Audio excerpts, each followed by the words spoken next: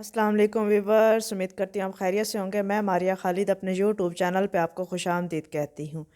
आज मैं एक सैड न्यूज़ के साथ आपकी खिदमत में हाजिर हुई हूँ। लता मंगेशकर इस दुनिया में नहीं रहीं। वो 92 साल की उम्र में इंतकाल कर गई हैं, उनकी डेथ हो गई है। तो बड़ी अफसोसनाक ख़बर के साथ आपकी खिदमत में हाजिर हूँ। तो ये ये पैदा हुई थी 1929 को 28 सितंबर 1929 को इंदौर में पैदा हुई थी, जो भारत का एक शहर है।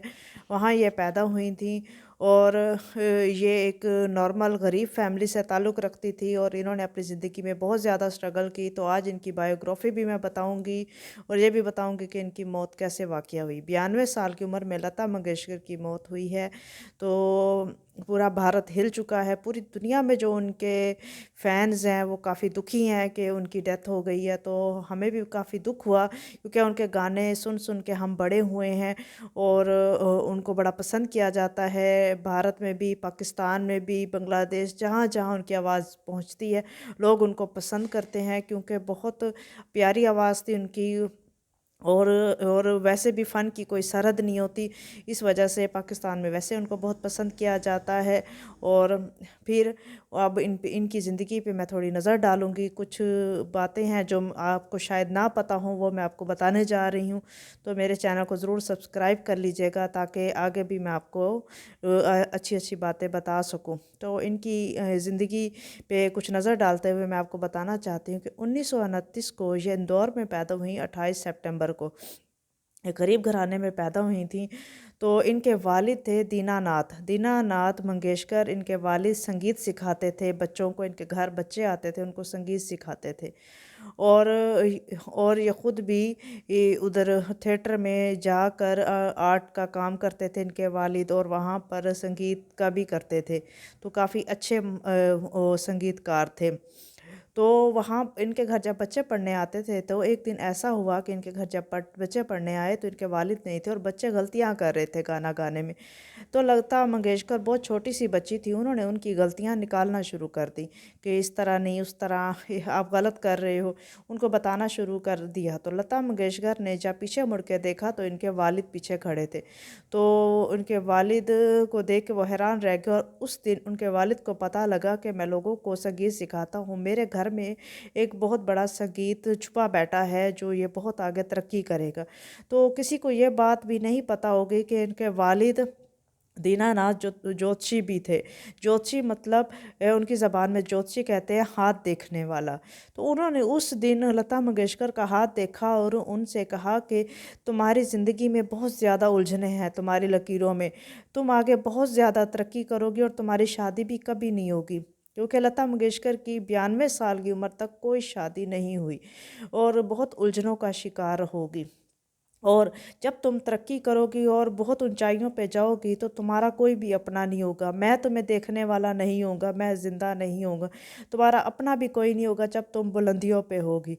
लता मंगेशकर को ये जब कहा तो 1942 को, 1929 में ये पैदा हुई, 1942 को वाकई इनके वालिद का इंतकाल हो गया। तब इनकी स्ट्रगल शुरू हो गई। इनकी स्ट्रगल शुरू हुई और इन्होंने सबसे पहले कोई भी नहीं जानता, एक फ़िल्म में अदाकारी की।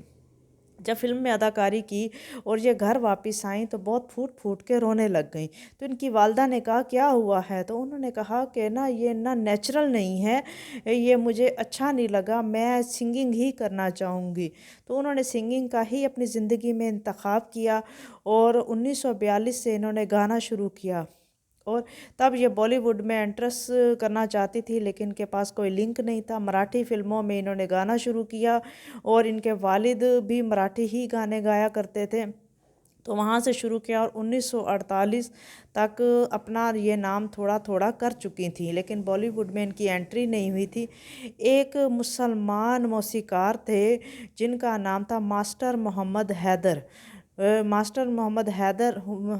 ग़ुलाम हैदर ने कहा कि ना इसको मैं आगे लेके जाऊंगा। तो उन्होंने बॉलीवुड के मुख्तलिफ सिंगर्स से कहना शुरू किया, म्यूजिशियन से, कि आप इस बच्ची से गवाएं। तो उन्होंने, किसी ने रिस्पॉन्स ना किया। उन्होंने कहा ये कल बहुत तरक्की करेगी और इससे गाना गवाना आपका ख्वाब बन जाएगा, तो इसलिए आज इससे गवा लें। اس ٹائم ان کی آواز بہت زیادہ پتلی تھی، تو انہوں نے اس لیے انکار کر دیا، کیونکہ باقی اس ٹائم جو موسیقار تھے یا سنگنگ کرتی تھیں عورتیں یا آدمی، تو ان کی نیزل آواز تھی، تو یہ بہت پتلی آواز تھی، اس وجہ سے ان کو اگنور کیا جانے لگا۔ لیکن 1942 سے 1948 کے سفر تک اور ان کو بہت زیادہ جو سپورٹ کیا ماسٹر غلام حیدر نے، اور 1948 سے 1960 تک پوری دنیا میں ان کے گانے بجنے لگ گئے تھے، اور ان کا ایک نام ہو چکا تھا، ان کی فین فالوئنگ بھی بہت زیادہ ہو چکی تھی۔ تو ان کے اندر کی ایک بات ہے، یہ واقعہ بہت مشہور ہے، وہ بھی میں تھوڑا آپ سے اظہار کرنا چاہوں گا کہ کتنے معصوم یہ ہمارے موسیقار ہوتے تھے۔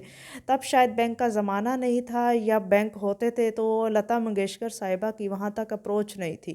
تو 1960 میں ان کے ساتھ ایک واقعہ ہوا کہ یہ جتنا بھی کماتی تھیں تو ایک آدمی کے پاس یہ سیونگ کرواتی رہتی تھیں، تو وہ بندہ ہی فوت ہو گیا اور ان کی سیونگ بھی اڑ گئی، اور کہاں یہ اتنا پیسہ اور ایک حساب میں تھیں واپس نیچے آ گریں، یہ پھر زیرو پہ آ گئیں۔ اور جتنا بھی یہ کما رہی تھیں اپنے بہن بھائیوں کو، اپنے بھتیجوں کو، بھانجیوں کو سپورٹ کرتی رہیں یہ 1960 کی بات ہے۔ اور دوسرا بڑا واقعہ ان کے ساتھ ہوا کہ یہ کافی شدید بیمار ہو گئی 1960 کی دہائی میں۔ جب بیمار ہوئی تو ان کو ہاسپٹل لے کر جایا گیا تو بڑا عجیب و غریب انکشاف ہوا۔ ان ڈاکٹرز نے کہا کہ آپ کو سلو پوائزننگ دی جا رہی ہے، تو بہت گھبرا گئی لتا منگیشکر۔ انہوں نے کہا کہ آپ کے کھانے میں ایک سلو پوائزننگ ہے، تو ان کو پتہ لگا ان کا کوک ہے، تو کوک بھاگ گیا اور کبھی نہ ملا۔ اگر وہ کوک مل جاتا تو پتہ لگ جاتا کہ اس کے بیک گراؤنڈ میں ماسٹر مائنڈ کون ہے، کیونکہ کوئی گھر کا ہی بندہ ہوگا، کوئی فیملی ممبر تھا جو لتا منگیشکر کو پسند نہیں کرتا تھا اور ان کا تھا کہ یہ مر جائیں۔ تو اس طرح انہوں نے بہت زیادہ سٹرگل کی اور ان کے ساتھ اچھے برے واقعات ہوتے رہے۔ یہ پاکستان بھی آتی رہی، نور جہاں کی بہت بڑی فین تھی۔ جب لتا منگیشکر اگ رہی تھیں، یعنی کہ یہ اپنی بلندیوں پہ چڑھ رہی تھی، تو اس ٹائم نور جہاں کا عروج تھا۔ تو نور جہاں سے جب یہ ملی تو یہ ان کا انٹرویو بھی ہے، ان کے چرنوں میں بیٹھ گئیں اور نور جہاں نے ان سے کہا کہ تم بہت آگے جاؤ گی، اور ایسا ہی ہوا کہ لتا منگیشکر نے کبھی پیچھے مڑ کے نہیں دیکھا اور بہت آگے گئیں۔ لیکن اس ٹائم جب وہ بہت بلندیوں پر تھی تو تب واقعی ان کے والد اور والدہ نہیں تھے، ان کے بہن بھائی تھے شاید جیسے بھی تھے، اور ان کی کبھی شادی نہ ہو سکی۔ پاکستان محمد علی سے بھی ان کا بڑا پیار تھا، بڑا خلوص رکھتی تھیں، تو یہ چلتی رہیں اور انہوں نے ہر دہائی میں کام کیا، 90s میں بھی کام کیا، 2000 میں بھی محبت فلم کے سانگز یاد ہوں گے، ہم ان کو سن سن کے بڑے ہوئے۔ لتا منگیشکر کو کون نہیں جانتا، تو اپنی زندگی میں بہت اچھا کام کیا، بہت اچھی عورت تھی، ان کو ہر طرح کا ایوارڈ ملے، پدما شری ایوارڈ ہو یا رتن کا ایوارڈ ہو یا فلم فیئر ایوارڈ ہو، ہر طرح کے ان کو ایوارڈز ملے ہیں۔ کوئی ایسا ایوارڈ نہیں ہے جو انڈیا کا بڑا جو ان کو نہ ملا ہو، نیشنل ایوارڈ سے نوازا گیا ان کو، ان کے کام کو بہت پذیرائی دی گئی، ان کو بہت پسند کیا جاتا ہے، انڈیا میں بھی، پاکستان میں، بنگلہ دیش میں، باہر ملکوں میں بہت زیادہ ان کو پسند کیا جاتا ہے۔